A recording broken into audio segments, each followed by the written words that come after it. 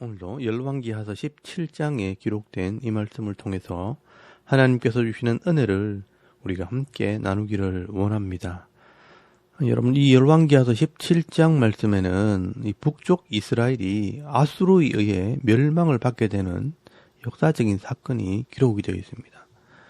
여러분, BC 약 1000년경에 이 다윗이 왕이 되어서 이스라엘의 통일 왕국을 이룬 이후에 이 솔로몬 때 이 나라가 둘로 나누어져서 이 북쪽 이스라엘이라는 나라를 이루게 됩니다.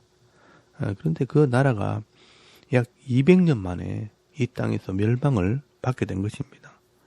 하나님과 언약한 백성이고 이 하나님의 나라를 상징하는 이 북쪽 이스라엘이 망하게 된 것입니다. 그래서 오늘 이 열왕기하서 17장 말씀에는 이 북쪽 이스라엘이 왜 이렇게 망하게 되었는가, 그 이유를 자세하게 기록을 하고 있습니다. 여러분이 한 나라가 망하는 데는요, 여러 가지 이유가 있을 수 있습니다. 정치, 경제, 이 국방, 외교에 대한 여러 가지 이유가 있을 것입니다. 그러나 오늘 본문에는 하나님께서 이 나라를 망하게 한 근본적인 원인이 되는 영적인 이유 또는 신앙적인 이유를 설명을 하고 있는 것입니다. 그리고 또 하나, 이 나라가 망하고 난 뒤에 이 북쪽 이스라엘은 혼혈족속이 되었고 혼합 종교가 생기므로 이 세상의 조롱거리가 됩니다. 그래서 왜 이 하나님의 나라가 이 세상의 조롱거리가 되었는지 그 이유를 설명을 합니다. 먼저 북쪽 이스라엘이 어떻게 망하게 되었는가, 역사적인 정황을 살펴보도록 하겠습니다. 여러분, 1절에서 3절까지 말씀해 보시면 예후 왕조 이후에 이 북쪽 이스라엘은 계속해서 반역을 거듭하게 됩니다. 이 예후 왕조의 4명의 왕들, 여호아하스, 요아스, 여로보암 2세, 스가랴, 이 4명의 왕 다음으로 이 샬룸, 머나헴, 베가, 호세아까지 이 4번의 반역이 일어나서 나라가 혼란에 빠져 있을 때 이 북쪽에 있는 아수르가 이스라엘을 침략하게 됩니다. 그래서 이 북쪽 이스라엘의 마지막 왕인 호세아는 이 아수르에게 조공을 바치게 됩니다. 나라가 힘이 없으니 세금을 바칠 수밖에 없습니다. 그래서 여러분 3절 말씀에 보시면 아수르 왕 살만 에셀이 올라오니 호세아가 그에게 종이 되어 조공을 드리더니라고 말씀을 합니다. 여러분, 이 호세아 왕은 하나님을 의지하기보다 돈으로 문제를 해결하려고 한 것입니다. 그런데 이 호세아 왕이 마음이 변하여서 아수르를 배반하고 애굽 왕에게 도움을 청하다가 이 아수르 왕에게 미움을 받아 침공을 당하게 된 것입니다. 그래서 이 아수르 왕이 이 북쪽 이스라엘로 쳐들어와서 이 수도인 사마리아 성을 포위를 하게 됩니다. 그래서 여러분 5절 말씀에 보시면요, 3년 동안이나 이 사마리아 성을 에워쌌다고 말씀을 합니다. 여러분, 3년 동안 성을 포위하고 있으면요, 그 성 안에 있는 사람들은요, 들어가지도 못하고 나가지도 못하고 꼼짝없이 갇혀서 다 굶어 죽게 됩니다. 그래서 결국 견디다가 이 성문을 열어줌으로 멸망을 받게 된 것입니다. 그래서 여러분, BC 722년 이 북쪽 이스라엘이라는 나라는 이 호세아 왕을 마지막으로 아수르에게 멸망을 받게 된 것입니다. 이때부터 이 하나님께서 이스라엘 전체에게 주셨던 이 가나안 땅의 3분의 2 이상을 잃어버리게 되었고요.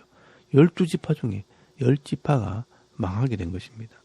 그래서 여러분, 오늘 열왕기하서 17장 7절에서 23절까지 말씀을 보시면 이 북쪽 이스라엘이 멸망받게 된 이유를 자세하게 기록을 해놓았습니다. 여러분, 이것이 바로 역사의 교훈이라는 것입니다. 하나님께서는 이 성경 기자를 통해 죄에서 구원받고 이 하나님과 언약한 백성들이 왜 이렇게 수치를 당하며 역사 가운데 망하게 되었는가, 그 이유를 기록해 놓음으로써 이 후시대 사람들이 이런 잘못된 길을 가지 않도록 경고를 하고 있는 것입니다. 그래서 여러분 7절 말씀에 보시면 이 일은 하고 시작을 합니다. 이 일이 북쪽 이스라엘이 망하게 된 일입니다. 왜 이렇게 망하게 되었는가, 길게 이유를 설명을 합니다. 이 이스라엘 백성들의 죄는 배역한 죄, 계약을 위반했다는 것입니다. 하나님과 생명의 언약을 했지만 그 언약을 파괴하고 어겼다는 것입니다. 여러분 7절에서 8절까지 말씀해 보시면 이 일은 이스라엘 자손이 자기를 애굽 땅에서 인도하여 내사 애굽의 왕 바로의 손에서 벗어나게 하신 그 하나님 여호와께 죄를 범하고 또 다른 신을 경외하며 여호와께서 이스라엘 자손 앞에서 쫓아내신 이방 사람의 규례와 이스라엘 여러 왕이 세운 율례를 행하였음이라 라고 말씀을 합니다. 여러분, 이 이스라엘 백성들은 하나님과의 언약을 어기고 다른 신을 섬기고 이방 사람의 법을 따라갔다라고 말씀을 합니다. 이것이 첫 번째 죄가 된 것입니다. 그리고 13절 말씀에 보시면 수많은 선지자들을 보내어 하나님께로 돌아오라고 외쳤지만 이스라엘 백성들은요, 그 선지자의 말도 듣지 않았고요. 도리어 더 많은 신들을 섬겼다고 말씀을 합니다. 그래서 이 이스라엘 백성들의 두 번째 죄는 그들의 죄를 지적하는 이 선지자들의 말을 듣지 않는 죄입니다.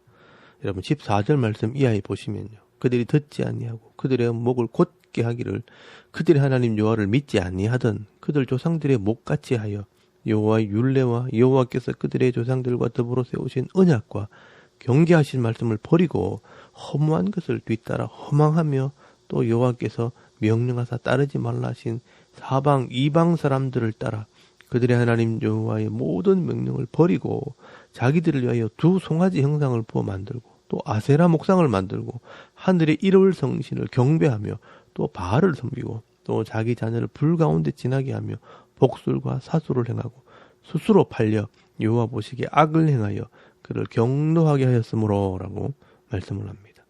여러분이 하나님 말씀을 버린 죄, 또 선지자의 말을 듣지 않고 회개하지 않은 죄, 우상을 만들어 섬긴 죄, 거짓 술사들과 복술자들의 말을 듣고 따라간 죄, 이런 죄로 말미암아 이 이스라엘 백성들은 돌이킬 수 없는 이 멸망의 길을 가게 된 것입니다. 그래서 끝까지 돌아오지 않고 세상을 의지하던 이 북쪽 이스라엘은 결국 이방 나라 백성들에게 짓밟힘을 당하게 된 것입니다. 여러분 23절 말씀에 보시면요. 여호와께서 그의 종 모든 선지자를 통하여 하신 말씀대로 드디어 이스라엘을 그 앞에서 쫓아내신지라. 이스라엘이 고향에서 아수르에 사로잡혀가서 오늘까지 이르렀더라 라고 말씀을 합니다. 여러분 여기 잘 보시면요. 하나님께서 이 선지자를 통해 선포하신 말씀대로 심판하신 것이라 라고 말씀을 합니다. 여러분 이 말씀을 통해 이 하나님의 법이 시행되는 것을 보라는 것입니다. 여러분이 하나님은요 법대로 심판하십니다.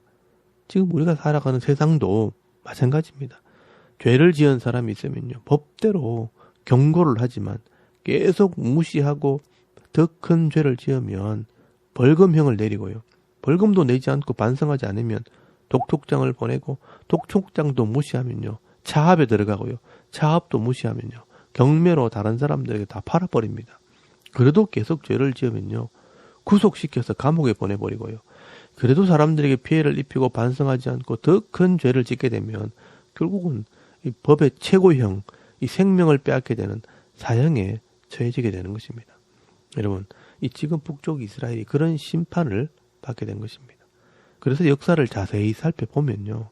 하나님께서는 그냥 기분 나빠서 사람을 죽이고 나라를 망하게 하는 것이 아닙니다. 하나님은 기분 좋으면 복을 주고 기분 나쁘면 심판하는 그런 신이 아닙니다. 이런 신의 개념은 이방 신들의 개념입니다. 그래서 세상 사람들은 정성을 바치고 재물을 바쳐서 신을 감동시키려고 하는 것입니다. 그러나 여러분 우리가 믿는 하나님은 그런 하나님이 아닙니다. 말씀대로 계약하신 대로 법대로 복을 주시고 심판하시는 하나님입니다. 하나님께서는 처음 성경에 약속하신 대로 이 법대로 복을 주시기도 하고 심판하시기도 하시는 것입니다.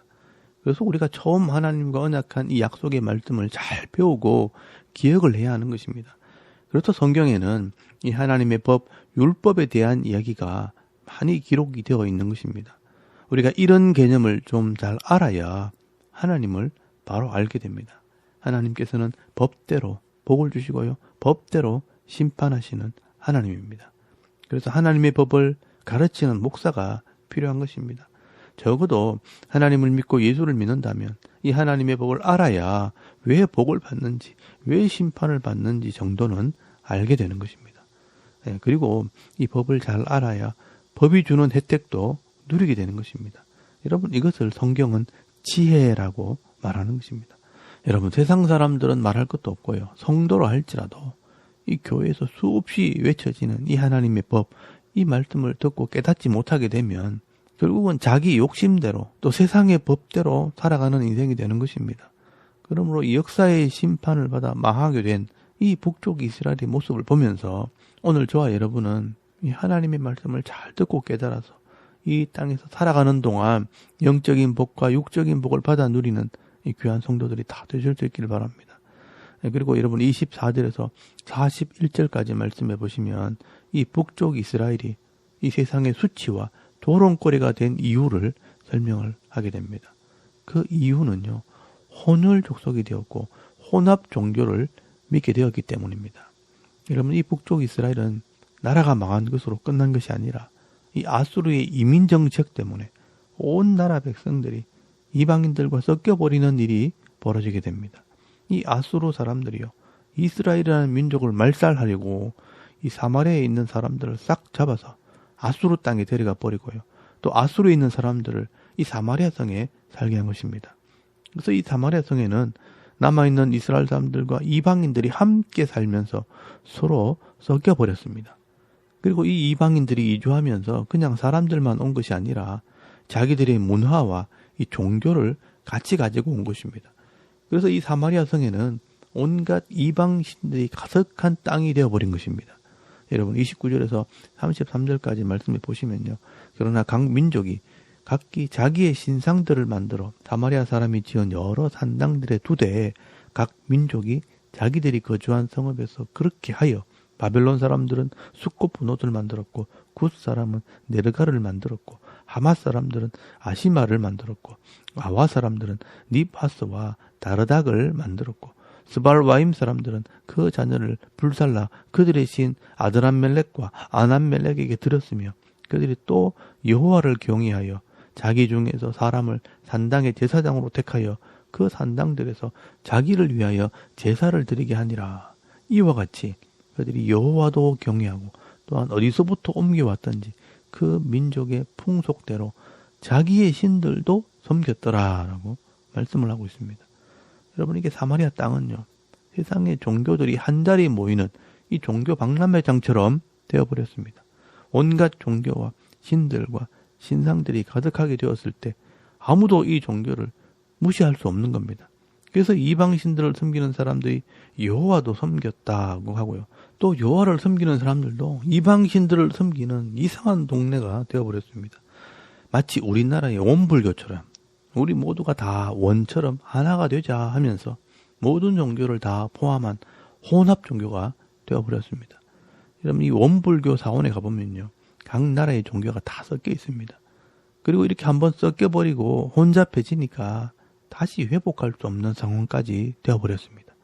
구별해 놓아도 잘 안 되는데 온갖 종교가 같이 섞여버렸으니 더 타락하게 된 것입니다. 그래서 이 후손들이요, 계속해서 타락했다라고 말씀을 합니다. 여러분 34절 말씀해 보시면 그들이 오늘까지 이전 풍속대로 행하여 여호와를 경외하지 아니하며 또 여호와께서 이스라엘이라 이름을 주신 야곱의 자손에게 명령하신 율례와 법도와 율법과 계명을 준행하지 아니하는도다라고 말씀을 합니다. 그리고 41절 말씀해 보시면요, 이 여러 민족이 여호와를 경외하고 또 그 아로새긴 우상을 섬기니 그들의 자자손손이 그들의 조상들이 행하던 대로 그들도 오늘까지 행하니라라고 말씀을 합니다. 여러분, 이런 혼합 종교가 대가 넘어가면서요, 그 후손들은 다 우상을 섬기는 자들이 되어버렸다고 말씀을 합니다. 그래서 지금도 이스라엘 사람들은요, 이 사마리아 땅을 멸시하게 된 것입니다. 자기들은 그나마 여호와를 믿는 정통성을 유지하고 있지만 이 북쪽 이스라엘은 하나님을 버리고 이방신들과 섞여서 다른 신을 섬게 되었고 또 이방인과 똑같이 되었다고 생각을 하는 것입니다. 그래서 지금도 유대인들은요, 이 사마리아 사람들을 보면 재수 없다고 손사래를 하고요, 막 댓글을 날리고 욕을 합니다. 우리가 역사에 기록된 이 사마리아라는 땅을 보면서요, 이런 교훈을 얻게 됩니다. 이 북쪽 이스라엘의 이 사마리아 땅에 사는 사람들은 하나님의 백성임에도 결국 하나님의 말씀을 버리고 세상과 섞여버릴 때 세상에서 수치와 부끄러움을 당하는 그런 민족이 되어버렸습니다. 그처럼 오늘 우리 교회와 이 성도들이요, 하나님 말씀대로 살지 못하고 이 세상과 섞여버린다면 결국 세상에서 손가락질을 당하는 이 부끄러운 교회와 인생이 될 수밖에 없다는 것을 여러분 기억하시길 바랍니다. 예수님께서도 말씀하셨습니다. 마태복음 5장 13절 말씀에 보시면요. 성도가 세상의 소금인데 이 소금이 그 맛을 잃어버리면 무엇으로 짜게 하리요. 후에는 아무 쓸데없어 다만 밖에 버려져 사람에게 밟힐 뿐이니라 라고 말씀을 하십니다. 그러나 이 모세가 모든 이스라엘 백성들에게 이 하나님 말씀을 줄 때에 이렇지는 않았습니다. 여러분 신명기 4장 5절에서 6절까지 말씀해 보시면요. 내가 나의 하나님 여호와께서 명령하신 대로 규례와 법도를 너희에게 가르쳤나니 이는 내가 들어가서 기업으로 차지할 땅에서 그대로 행하게 하려 함인즉 너희는 지켜 행하라. 이것이 여러 민족 앞에서 너희의 지혜요 너희의 지식이라. 그들이 이 모든 규례를 듣고 이르기를 이 큰 나라 사람은 과연 지혜와 지식이 있는 백성이로다 하리라. 우리 하나님 여호와께서 우리가 그에게 기도할 때마다 우리에게 가까이 하심과 같이 그 신이 가까이 함을 얻은 큰 나라가 어디 있느냐 하는 말을 듣게 될 것이라고 말씀하고 있습니다. 여러분이 하나님 말씀대로 순종할 때 그것이 세상에서 우리의 지혜와 지식이 된다고 말씀을 하십니다. 여러분 이게 성도의 복입니다. 그러나 이 말씀을 무시하고 불순종하되 끝까지 불순종하면요. 심판을 받게 된다는 것을 이 역사가 교훈을 하고 있는 것입니다. 오늘 저와 여러분도요. 이 하나님 말씀을 배울 가치가 여기에 있고 이 교회에 다니는 의미도 여기 있는 것입니다. 그저 교회 와서 단순히 위로받고 마음의 위안을 얻으려면 여러분 절에 가는 게 낫고요. 점쟁이를 찾아가는 것이 훨씬 낫습니다. 그러면 오늘 저와 여러분이 이 하나님 말씀을 잘 배우고 깨달으셔서 우상을 섬기거나 세상의 법을 따라가는 것이 아니라 하나님 말씀을 따라 순종할 때 복 있는 자의 삶을 살아갈 뿐 아니라 이 아름다운 가정과 가문을 이루어 나가는 저와 여러분의 이런 영적인 삶의 모습이 되실 수 있기를 주의 이름으로 축원합니다. 아멘. 우리 잠깐 기도드리겠습니다. 오늘도 말씀에 귀를 기울이고 순종하는 삶을 살게 하옵소서. 또 나라와 민족과 교회와 가정과 자녀들의 믿음을 위해서 또 개인의 기도 제목을 따라 기도하고 오늘 하루 삶을 또 시작할 수 있길 바랍니다. 다 같이 우리 하나님께 한번 기도드리겠습니다. 살아계신 하나님 은혜를 감사합니다. 오늘 이 아침에 하나님을 예배하게